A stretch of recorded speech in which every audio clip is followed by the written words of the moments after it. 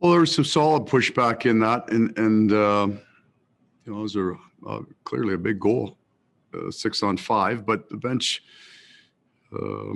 didn't get quiet. They were still pulling for each other. We suffered, a 10 minutes in there that were tough. They were on us real good. We have a difficult time moving the puck and sorting some of the D zone out, but settled after that. Go next to Ken Weeb from Sportsnet. Go ahead, Weaver. Paul, what did you see from the line changes you made in the top six? I liked them for a while. I don't think we had all of the six going at their best. So we'll chalk that up to a couple of guys had tough nights, and then we'll take a look at it again tomorrow. We'll go next to Mike Mcintyre from the Winnipeg Free Press. Go ahead, Mike. Thanks, Gregor. Paul, you guys play a solid first period. You have the 2-goal lead, and then they get that one just 7 seconds in on an absolute, fluke goal that you almost never see. Did you feel that that maybe that zapped some momentum that you guys had built? I didn't. I don't think so. I don't think they were going to be bragging about their first period. So you knew they're going to get a bit of a pushback there. It certainly didn't affect Connor. He was just outstanding after that, and so I don't think it did. Not with that much time on the clock, right? We're responsible for our play, so that was an absolute fluke. It's not a bad goal and a bad break. It's a fluke, It's one of those ones you just rarely see, except every goalie's got one of those. We'll go next to Scott Billick from the Winnipeg Sun. Go ahead, Scott. Hi, Paul.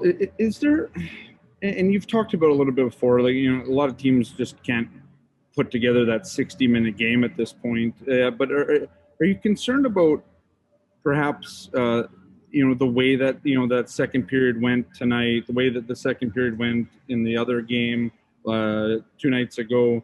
Are you concerned about how low the lows do get at times?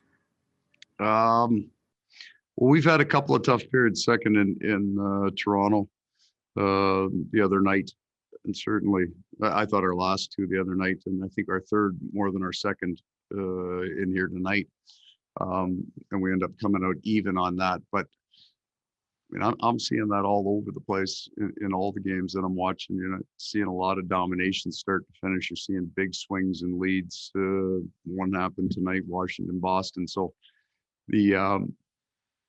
I think what you've got is pushback from the other team. You saw it from us getting down in games in the first 6 or 7 games, and nobody's quitting on a night, right? These are all so important. So you get a 2-0 lead in the first, the other team's pushing, and they'll open their game up to hunt back into it. So I got lots of concerns. You always have them, and you're constantly looking for that 60-minute game.